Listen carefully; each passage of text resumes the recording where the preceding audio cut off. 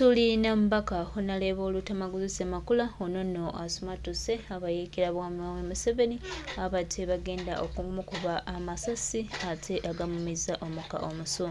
Nyono kyavudde ku lunaku olw'ejjo omukulu ono bwe yabadde ku BBS Telefina bwe yategeezezza omukulu Mathias Mpuuga Nsamba awamu n'akabinja ke nti babeere beegendereza eno Uganda gye bali mu kuzannyirako nga bazannya ebyobufuzi nga bwe baagala obbizannya. Limba na Uganda abaye omusaayi, limba na Uganda abafudde. Mathias Mpuuga Nsamba ayinza okuba nga ali mabega w'okufa kw'omukulu Hon.LUTTAMAGUZI kubanga ye ebigambo abyogera. Ate era ne bw'aba atuuse e Masaka munnange Hon.LUTTAMAGUZI abamwaniriza ng'owaayo kyokka ne yeeyita owaayo omukulu Mathias Mpuuga Nsamba ne bamulaba ng'ekizibu. So wayinza okuba nga wavudde olukwe nga Mathias Mpuuga Nsamba ayagala kutta Hon.LUTTAMAGUZI. Ebigambo bitandise okuyitingana ate bakugamba nti ewava omukka tewabula mu muliro. So baganda baffe kyagala twetunulemu twetegereze ebigambo tubyogere naye nga tumanyi omulabe waffe wayimiridde. Omulabe waffe wayimiridde wonna ndabawo era nga tumanyi nti Mathias Mpuuga Nsamba obulamu bwa Hon.LUTTAMAGUZI oli accountable era tukusuubiza nti byonna bikole naye twongera okujjukiza toyina kyogenda kukola omukulu Hon.LUTTAMAGUZI mu kaseera ng'okoze byonna nawe ddawe weebuuze yankola kiki kyozzaako. Baganda bange mikwano gyange this is Uganda for Ugandans era twongera obajjukiza n'okubategeeza nti buli kimu nga mumaze okukikola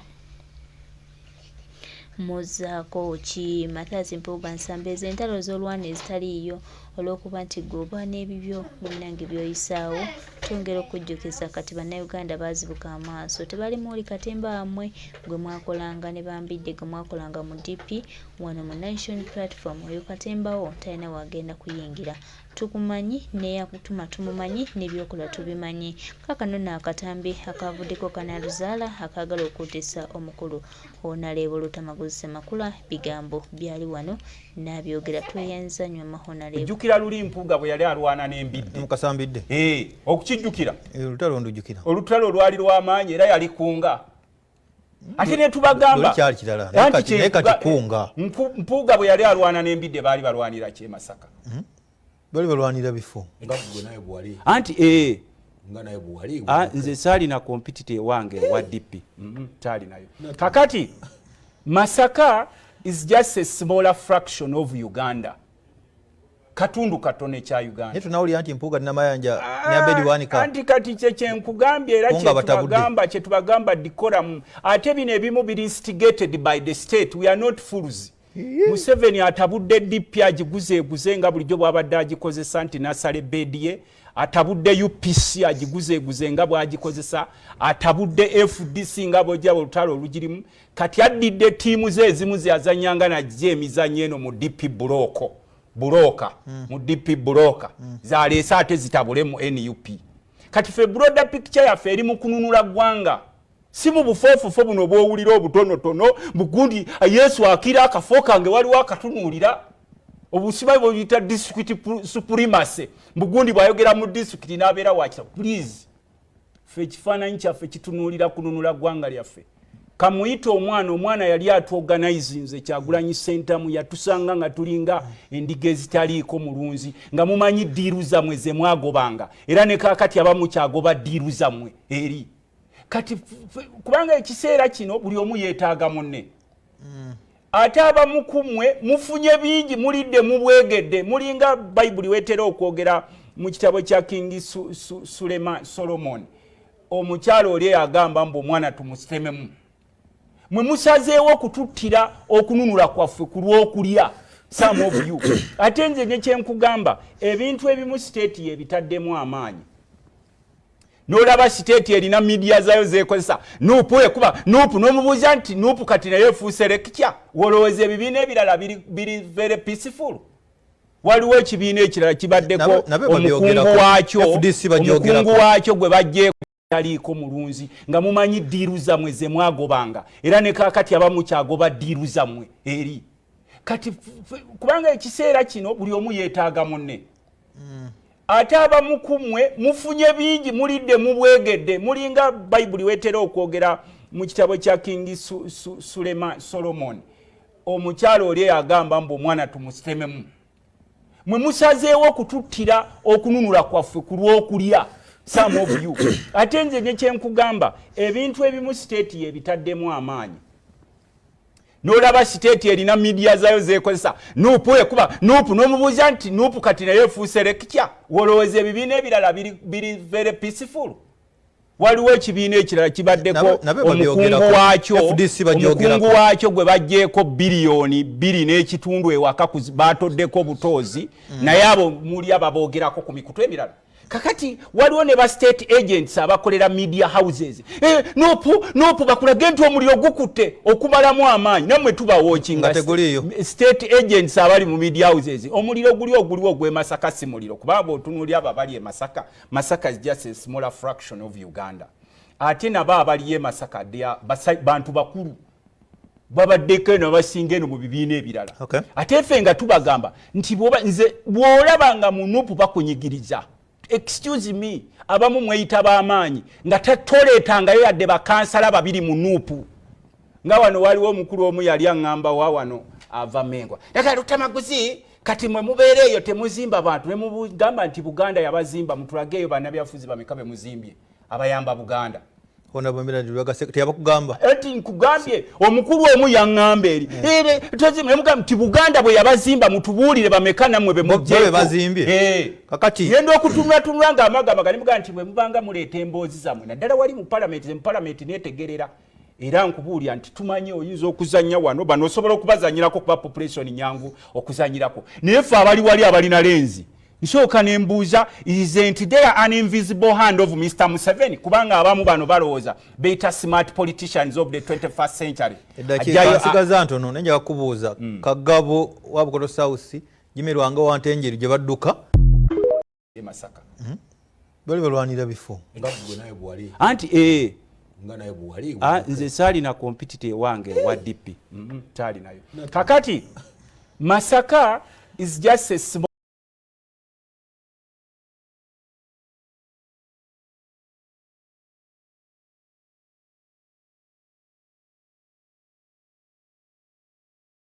kati bwe kyenagambye omuntu nti nze nakula manya abasiraamu tebali ambizi nina gwe nawulira nga bakubire wa mama loda kyogamba bali babuvaako kakati gwe nekyokubiri wanaabataka bagende wa Museveni nga Katikkiro abamu ku bataka bali bataka naffe bamu ku babaka Buganda bagwawo webuli obwakabaka bwagwa tebunaba abalwadde baba mu ddwaliro era eri gye bali eddwaliro ly'abalalu amaaso gwanga njagala kuwumula mu katono ndyokenzije talekena wana bwe kiwanda tovaawo bw'abanga yayimiriza wange nga deputy president ekisooka kunga structure yayo eri head and supervised by the head mobilization wabeerawo okutuula buli kiseera era manyi nti ensonga eno waba yagiyimiriza era ajja kulungamya akakiiko akabawulama kwatuula lwaki ensonga eno yayimirizibwa ne chairperson wakunga naye alambulule then tutambule tugende mu maaso alina obuyinza obuyimiriza NUP constitution temandatinga nnyo bantu na buyinza bwa ssekinnoomu Dr. Bedi Wanika akyaliwo NUP ye chairperson wakakiiko kakosa mukambwe nnyo agamba ejjogo liva ku kitebe yabadde ku CBS ali ku record kulomukaaga ejjogo liva ku kitebe nerigenda e Masaka kaadi zituyamba buyambi kufuna agamba amaanyi gawe gali Masaka kaadi zeyongerako bayongezi NUP card nze bambaninga ku CBS gendayo kati sigiwuliriza nange kati sinza kiddamu nda kukiddamu kuba simanyi Hon.LUTTAMAGUZI program ayogeddeko naye leadership y'ekibiina okuwuliza ku nsonga ezo. He's in constant discussion with the president, with the Secretary General, nange mwenyini, but I have not spoken to him about this issue because it is not siya ngabwe mujirese jurisdiction power and command center deputy president because ensonga gye tugenda okuteesaako twali twagala tugiteeseeko kusinzira ku facts zotuwadde facts ziri ku ground. So you're not on defense. I'm not on defense. I just want to understand. Oyo kuyimiriza mass mobilization. Because mass mobilization is muyamba. Deputy President. Yes, na ye is a member of parliament out of mobilization. O government muyimirize, there must be a problem. Katokiriza ya yimiriza, so kizibuchi. But omuntu wa identifying anti muyimirize. Chiringa musawo government to set treatment. So ugeno musawo naga to set treatment. Abadde ku queen ni katugendera ku fansida.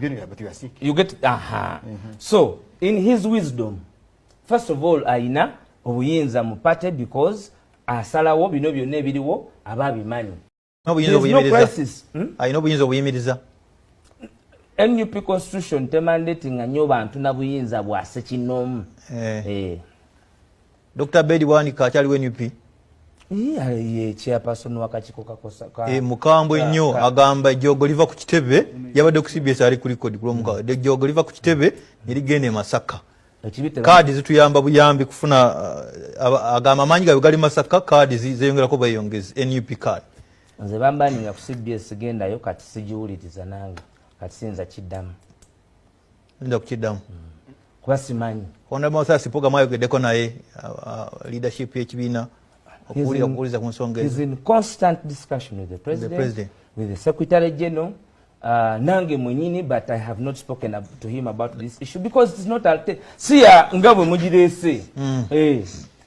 Jurisdiction, power and command center, deputy president that's through you. Because ensonga yetugenda okuteesaako twali twagala tugiteeseeko kusinzira ku facts zotuwadde facts ziri ku ground. So you're not on defense. I'm not on defense. I just want to understand. Oyo kuyimiriza mass mobilization. Because mass mobilization is muyamba. Deputy President. Yes, na ye is a member of parliament out of mobilization. O government muyimirize, there must be a problem. Katokiriza ya yimiriza, so kizibuchi.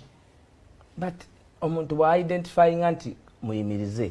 Chiringa musawo government to set treatment. So ugeno musawo naga to set treatment. Abadde ku queen ni katugendera ku fansida. You get So in his wisdom, first of all aina obuyinza mu party because asalawo bino byonna ebiriwo ababimanyi. So mu wisdom ye waba yalabawo ekintu ekyetaaga okwekengera. Okay? Which one? In his wisdom waba yalabawo tetuna kidiscussinga. Kugambye party tenaba kufindinga na budde ku bingi byeyina. Sawa zino mwena mumanyi fees bezeekanamye tuli kubaana kuddayo ku ssomero nga tutandika kugamba it is not a priority kubanga omuliro teguliyo gubumbujja era we wabaawo ensonga yonna ekibiina kya National Unity Platform kijja kutuula era ensonga eyo kikole ki kigonjoole kubanga nze nga bwe mujogera kyenjagala okugamba si bwekola ki si bwefaanana ekyenjawulo nti National Unity Platform ekisinga okuba ekikulu is an organic political party. Organic ekaki tegeeza jjajja nga ali Naluvule. Abooluganda aboogera Oluganda. Organic nti si kya kupanga. Kiri nakyo. Si kya kupangirira. Okitegedde ekintu kivunda tokirabiridde nga mwe mukutte Uganda ne mugivunda kirimu obuki obulamu gwe kimeruka kyokka.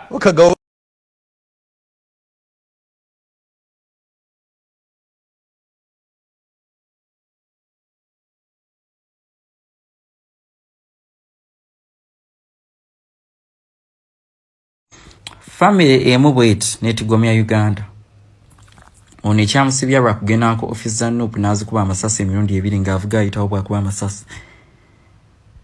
Ono avaayo mu kuziika Ichuli yafudde ng'aziika. Richard yafudde ng'aziika. Ono muziisi mulungi. Ate bonna balina ssente zitategeereke. Oli mutegesi wa bivulo ono naye yalinga alina abayimbi ba managing. Era ono ng'agamba ye mwana wa Museveni.